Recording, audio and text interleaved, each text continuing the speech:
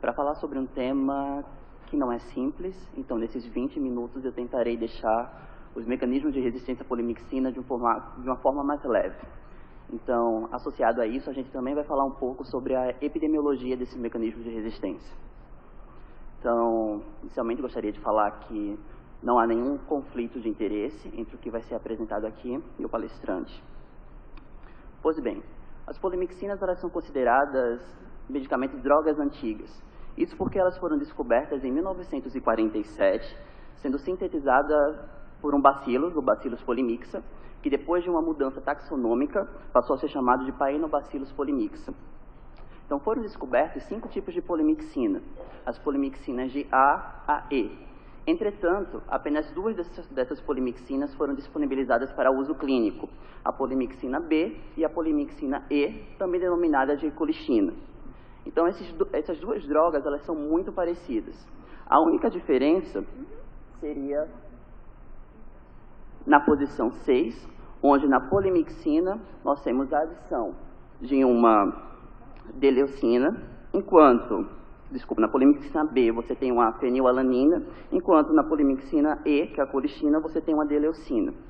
Então, o mecanismo de ação, as 2 drogas compartilham e, consequentemente, o mecanismo de resistência. Uma vez que você tem um isolado resistente à polimixina B, consequentemente, ele também será resistente à colistina. Esses medicamentos eles foram disponibilizados para uso clínico ainda na década de 50, mas eles começaram a perder o seu uso, o seu espaço, devido à alta toxicidade. Então, com a introdução das cefalosporinas na prática clínica, elas deixaram gradativamente de ser utilizadas e só voltaram com grande força depois da década de 90, com a emergência exatamente da resistência bacteriana. Como as polimixinas agem? Essas moléculas, elas têm característica catiônica, ou seja, elas têm carga positiva, e elas realizam interação eletrostática com a membrana bacteriana. A membrana bacteriana, ela tem uma carga predominantemente negativa. Uma vez que aconteça essa interação eletrostática, o que vai resultar é um deslocamento dos íons de cálcio e magnésio. Quando esses íons de cálcio e magnésio eles deixam a membrana da célula bacteriana, acontece uma desestruturação. E isso faz com que a bactéria acabe morrendo. Então, o uso das polimixinas acabou acarretando, assim como todos os outros medicamentos, os antimicrobianos que nós conhecemos, a resistência a esses compostos. Então, o Laitan e Lin, em 2016, eles já realizaram um estudo que verificava que nos últimos anos há um aumento quase que exponencial no número de relatos de resistência à polimixina. E a gente pode associar isso a principalmente 4 patógenos: Pseudomonas aeruginosa, Acinetobacter baumannii, Klebsiella pneumoniae e Escherichia coli. Pseudomonas e Acinetobacter, eles desde o final da década de 90 e início dos anos 2000, já se tem relatos de acineto e pseudomonas resistentes à polimixina. Entretanto, o que a gente tem percebido logo depois dos anos 2010 é uma emergência de Klebsiella pneumoniae, muitas vezes produtora de carbapenemase e também resistente às polimixinas. E mais recentemente, o MCR, que é muito mais comum em Escherichia coli, mas que a gente vai comentar um pouco mais para frente. Isso daqui é um dado do Centre, um estudo latino-americano. Então, aqui, só com isolados brasileiros, nós percebemos que, desde 2009, há uma redução no perfil de sensibilidade, ou seja, da suscetibilidade de Klebsiella, principalmente às polimixinas. Infelizmente, no Brasil, nós ainda não temos muitos estudos que demonstrem um apanhado geral do Brasil inteiro de como está o perfil de suscetibilidade à polimixina. A gente sabe que a resistência está emergindo, mas aqui em São Paulo foi realizado um estudo em 2016, conduzido pelo grupo do professor Jorge Sampaio, onde ele coletou durante 5 anos, de 2011 até 2015, isolados de Klebsiella pneumoniae de 10 hospitais terciários aqui do estado. E o que ele verificou foi o seguinte: uma coisa natural que nós já vimos percebendo, que é um aumento da resistência aos carbapenens, que isso pode ser justificado pela aquisição de carbapenemase, especificamente a KPC, que é tão comum no Brasil. Mas, ao estratificar essas Klebsiellas, o que foi percebido foi que no grupo que é exatamente resistente aos carbapenens, é onde eu consigo ver um aumento significativo da resistência à polimixina. o que é ruim, porque esse medicamento seria largamente utilizado exatamente nesse grupo, já que eu perdi muitas das minhas opções terapêuticas com resistência a carbapenem. Falando agora um pouco de mecanística. A resistência à polimixina ela pode ser mediada pelo cromossomo ou pelo plasmídio. Quando a gente fala em resistência mediada por cromossomo, nós temos a modificação do LPS bacteriano, que sem sombra de dúvida é o principal mecanismo de resistência às polimixinas, a hiperprodução de cápsula, e a hiperprodução de cápsula até o momento só foi relatada em isolados de Klebsiella pneumoniae e Pseudomonas aeruginosa, mas em isolados de Klebsiella pneumoniae ela tem um destaque maior, já que a gente tem que lembrar que a cápsula de uma bactéria ela é responsável também pela virulência dessa, ou seja, a Klebsiella ela conseguiria se tornar resistente à polimixina e ainda aumentar sua capacidade patogênica quando ela hiperproduz a sua cápsula. A perda total do LPS bacteriano, já que o LPS bacteriano é essencial para que haja aquela interação entre polimixina e a membrana. Entretanto, essa perda total do LPS bacteriano até o momento só foi descrita em Acinetobacter, em isolados de Acinetobacter, e sua correlação clínica ainda não está muito bem estabelecida, uma vez que os autores fizeram estudos de mutagênese em laboratório. A hiperexpressão de proteínas de membrana externa está bem evidenciado em Pseudomonas aeruginosa, que toda vez que a bactéria, Pseudomonas, ela hiperexpressa uma proteína de membrana externa, ela acaba reduzindo a carga negativa da membrana. E isso faz com que a polimixina interaja menos. Atualmente, alguns estudos estão sendo conduzidos em nosso laboratório, até para verificar se outras espécies também poderiam ter esse mecanismo como a hiperexpressão de proteínas de membrana externa. E, por fim, dos mecanismos cromossomais, as bombas de efluxo. Nos últimos anos, muitos autores têm levantado a hipótese de que bombas de efluxo poderiam estar relacionadas com a resistência à polimixina. Entretanto, não existe nenhum estudo concreto até o momento que evidenciou a presença de alguma bomba de efluxo fazendo extrusão de polimixina. O que se sabe é que em estudos de transcriptoma, ao realizar o expor microorganismo à presença de polimixina, nós já verificamos um aumento da expressão de alguns sistemas de efluxo. E o mecanismo plasmidial, nós temos também a modificação do LPS bacteriano, mediado pelos genes da família MCR. A modificação do LPS bacteriano, mediada por cromossomo, ela é mediada através do sistema de 2 componentes. São sistemas de regulação global da expressão. Então, aqui eu tentei colocar 2 ou 3 sistemas que estão relacionados com essa modificação do lipídio A, só para dar uma noção que a coisa é complicada. É um sistema que regula o outro, que conversa com o outro, um regula positivamente, o outro regula negativamente. Ou seja, estudar mecanismos de resistência à polimixina é difícil, porque não existe um alvo. Se você tem resistência, por exemplo, a carbapenem, você decide investigar a presença de carbapenemase molecularmente, você faz uma PCR para KPC, faz uma multiplex para a maioria das carbapenemases, mas para a polimixina não. Para a polimixina, no mínimo, você teria que estudar, amplificar e sequenciar mais de 10 sistemas de 2 componentes. Até para laboratório de pesquisa, isso se tornaria uma prática extremamente difícil e cara. Então, esses sistemas de 2 componentes, eles estão presentes mediando a resistência à polimixina em Klebsiella, E. coli, Acinetobacter, Pseudomonas e também Salmonella. Como esses sistemas eles funcionam? Então, sempre nos sistemas de 2 componentes, eu vou ter 2 componentes, eu vou ter 2 proteínas. Uma proteína que fica localizada na membrana da célula e uma proteína que é citoplasmática. Então, toda vez que há uma ativação da proteína que está na membrana da célula, ela vai fosforilar a proteína citoplasmática. E uma vez que a proteína citoplasmática ela esteja fosforilada, ela vai ativar a modificação do LPS bacteriano. Então, as bactérias elas podem ter mais de 10 sistemas de 2 componentes. Por exemplo, a Klebsiella, a gente hoje já sabe que 6 ou 7 sistemas de 2 componentes pode fazer essa modificação do lipídio A, levando à resistência às polimixinas.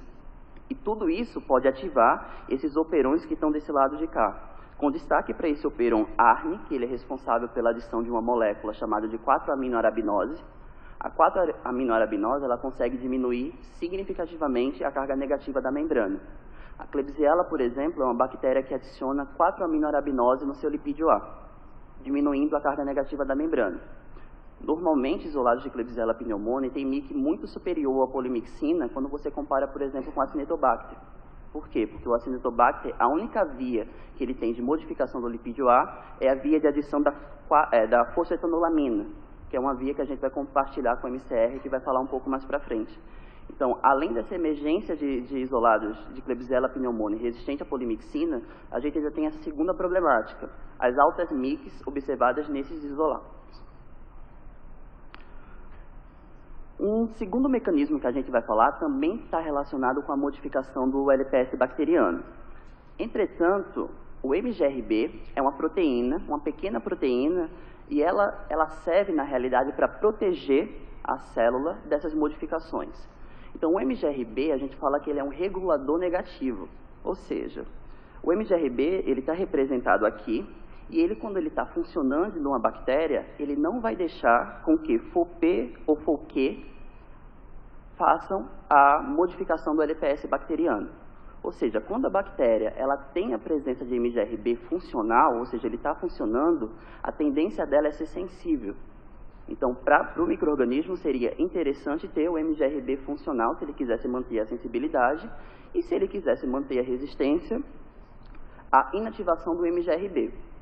E esse é um dos principais mecanismos de resistência que a gente tem observado em isolados de Klebsiella pneumoniae no Brasil. Então, o MGRB ele pode estar inativo por alguns mecanismos. Pela presença de sequências de inserção no meio do gene, fazendo com que a proteína não seja funcional, ou até por mutações em sua sequência, fazendo com que a proteína esteja truncada, ou seja, ela não esteja funcionando. Uma vez que isso acontece, a bactéria fica apta a modificar o seu LPS bacteriano pelo sistema de 2 componentes. Esse mecanismo é tão importante no Brasil que um paper publicado no Rio de Janeiro, a Fiocruz do Rio de Janeiro, ela reuniu vários isolados do Brasil inteiro, vários isolados de cultura de vigilância, e eles verificaram que entre os isolados resistentes à polimixina, a alteração em MGRB era o principal mecanismo de resistência observado em território brasileiro. Então, é um mecanismo cromossomal que garante uma MIC elevada para as polimixinas, e essa MIC ela vai ser ainda maior se ela estiver associada com mutações no sistema de 2 componentes.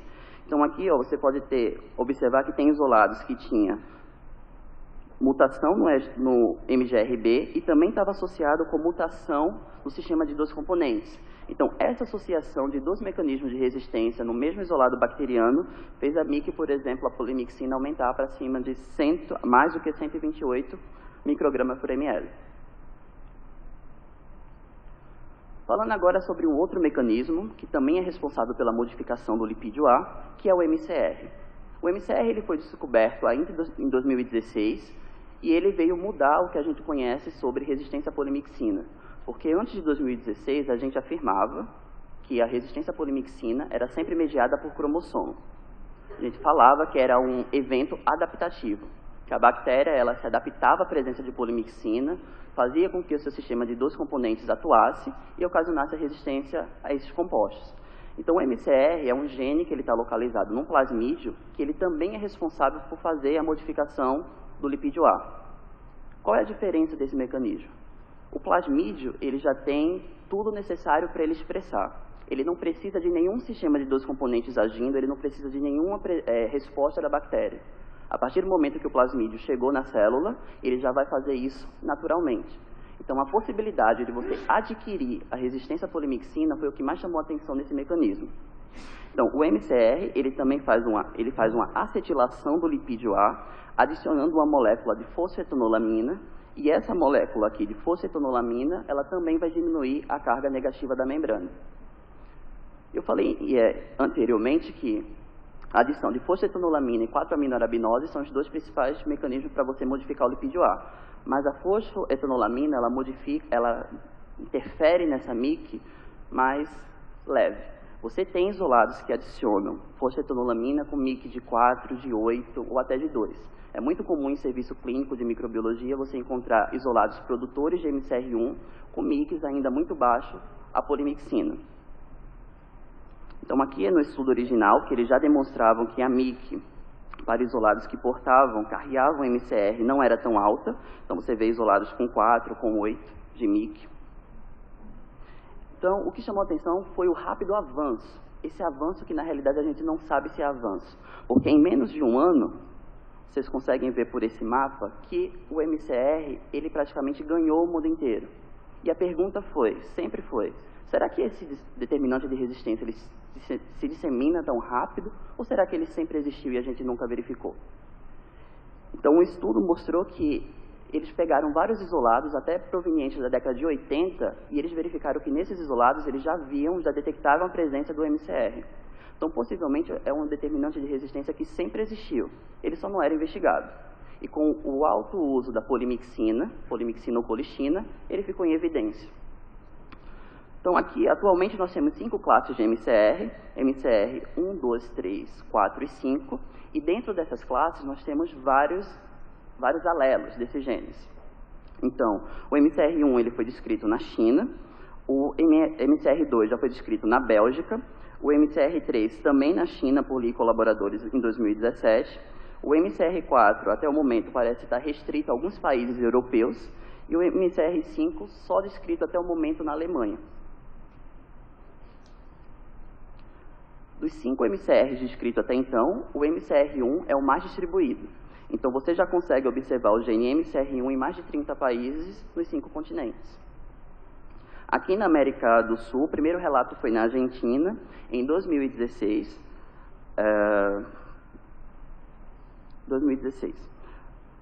Outras variantes também têm sido detectadas, mas mais associadas com animais, infecções animais ou até na microbiota comensal de animais. Aqui no Brasil, o MCR1, ele já foi detectado em alguns estados brasileiros, em alguns isolados causando infecção humana, mas também em animais, em comida, na costa do Brasil. Ou seja, é um mecanismo que também está disseminado no Brasil e que provavelmente está circulando.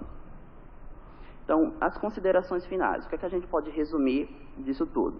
Que o aumento nas taxas de resistência às polimixinas, ela também segue uma tendência parecida com o que a gente está vendo para a resistência à carbapenem. Infelizmente, esse aumento da resistência à polimixina, ela está exatamente nesses isolados que também são resistentes à carbapenem, diminuindo ainda mais as nossas opções terapêuticas. Essa resistência à polimixina, ela pode ser mediada tanto pelo cromossomo como pelo plasmídio. Se for pelo plasmídio, pelos genes da família MCR, que não impactam tão significativamente no MIC das bactérias.